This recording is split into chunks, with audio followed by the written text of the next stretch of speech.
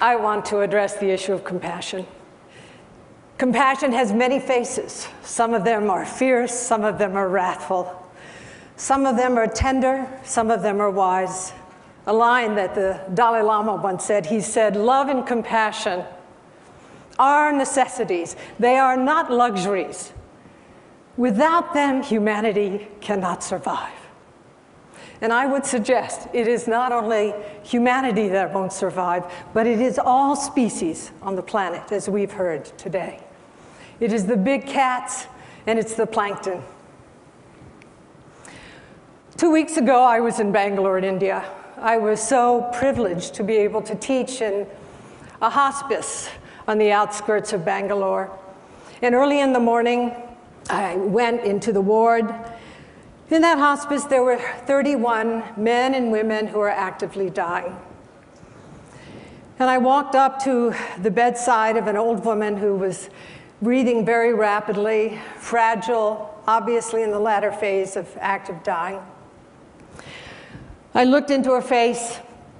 I looked into the face of her son sitting next to her, and his face was just riven with grief and confusion. And I remembered a line from the Mahabharata, the great Indian epic. "What is the most wondrous thing in the world, Yudhishthira?" And Yudhishthira replied, "The most wondrous thing in the world is that all around us, people can be dying, and we don't realize it can happen to us."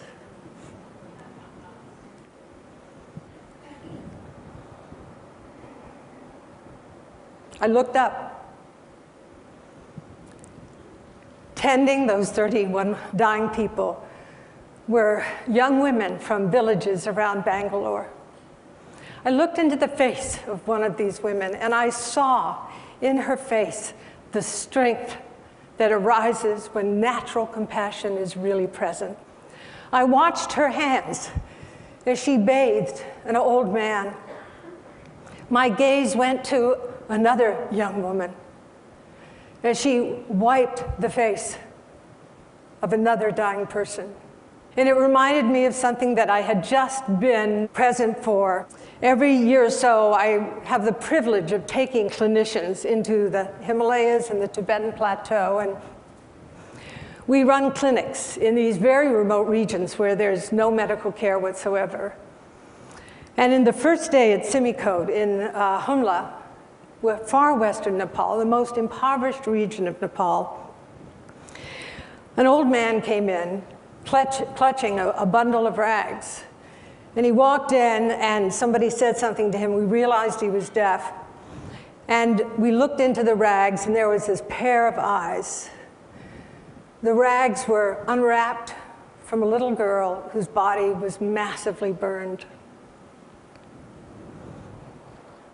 Again, the eyes and hands of Avalokiteshvara. It was the young women, the health aides, who cleaned the wounds of this baby and dressed the wounds. I know those hands and eyes. They touched me as well. They touched me at that time. They have touched me throughout my 68 years. They touched me when I was 4 and I lost my eyesight and was partially paralyzed. And my family brought in a woman whose mother had been a slave to take care of me. And that woman did not have sentimental compassion. She had phenomenal strength. And it was really her strength, I believe, that became the kind of mudra or imprimatur that has been a guiding light in my life. So we can ask, what is compassion comprised of? And there are various facets, and there's referential and non-referential compassion. But first, compassion is comprised of that capacity to see clearly into the nature of suffering. It is that ability to really stand strong and to recognize also that I'm not separate from this suffering. But that is not enough, because compassion, which activates the motor cortex, means that we actually aspire to transform suffering. And if we're so blessed, we engage in activities that transform suffering. But compassion has another component, and that component is really essential. That component is that we cannot be attached to outcome. Now, I've worked with dying people for over 40 years. I had the privilege of working on death row and in maximum security for 6 years. And I realized so clearly in bringing my own life experience from working with dying people and training caregivers that any attachment to outcome would distort deeply my own capacity to be fully present to the whole catastrophe. And when I worked in the prison system, it was so clear to me, that many of us in this room, and almost all of the men that I worked with on death row, the seeds of their own compassion had never been watered. That compassion is actually an inherent human quality. It is there within every human being. But the conditions for compassion to be activated, to be aroused, are particular conditions. I had that condition to a certain extent from my own childhood illness.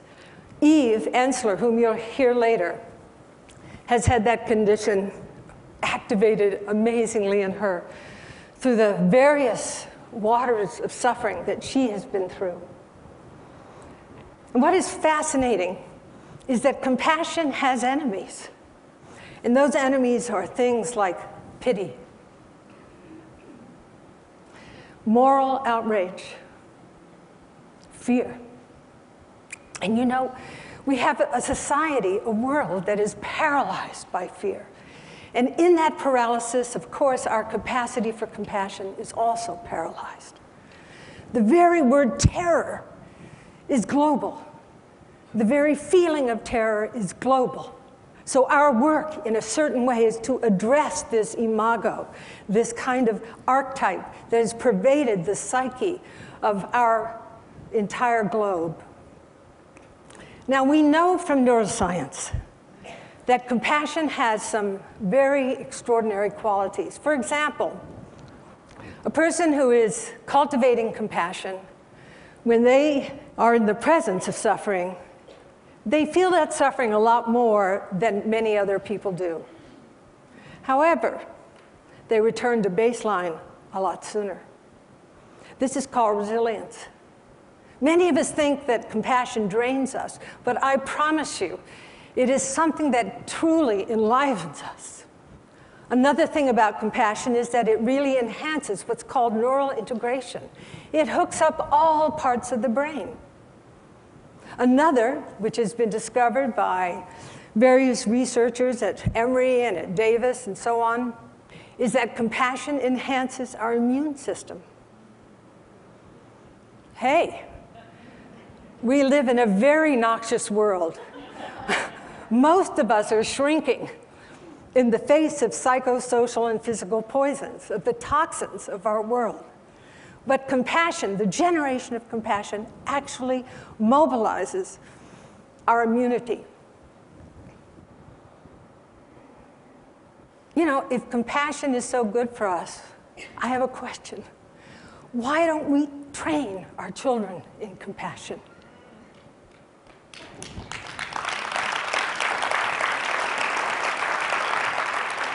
If compassion is so good for us, why don't we train our healthcare providers in compassion so that they can do what they're supposed to do, which is to really transform suffering?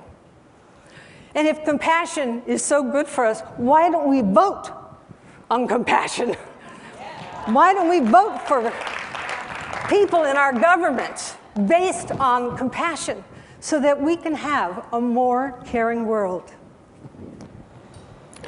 In Buddhism, we say it takes a strong back and a soft front. It takes tremendous strength of the back to uphold yourself in the midst of conditions. And that is the mental quality of equanimity. But it also takes a soft front, the capacity to really be open to the world as it is, to have an undefended heart. And the archetype of this in Buddhism is Avalokiteshvara, Kuan Yin. It's a female archetype. She who perceives the cries of suffering in the world. She stands with 10,000 arms. And in every hand, there is an instrument of liberation. And in the palm of every hand, there are eyes, and these are the eyes of wisdom. I say that for thousands of years, women have lived, exemplified, met in intimacy the archetype of Avalokiteshvara, of Kuan Yin, she who perceives the cries of suffering in the world. Women have manifested for thousands of years the strength arising from compassion in an unfiltered, unmediated way in perceiving suffering as it is. They have infused societies with kindness, and we have really felt that as woman after woman has stood on this stage in the past day and a half. And they have actualized compassion through direct action. Jody Williams called it, it's good to meditate. I'm sorry, you got to do a little bit of that, Jody. You know, step back, give your mother a break, okay? But the other side of the equation is you've got to come out of your cave. You have to come into the world like a Sangha did who was looking to realize Maitreya Buddha after 12 years. You know, sitting in the cave, he said, I'm out of here. He's going down the path. He sees something in the path. He looks, it's a dog. He drops to his knees. He sees that the dog has this big wound on his leg. The wound is just filled with maggots. He puts out his tongue in order to remove the maggots so as not to harm them. And at that moment, the dog transformed into the Buddha of loving kindness. I believe that women and girls today have to partner in a powerful way with men, with their fathers, with their sons, with their brothers, with the plumbers, the road builders, the caregivers, the doctors, the lawyers, with our president, and with all beings. The women in this room are lotuses in a sea of fire. May we actualize that capacity for women everywhere. Thank you.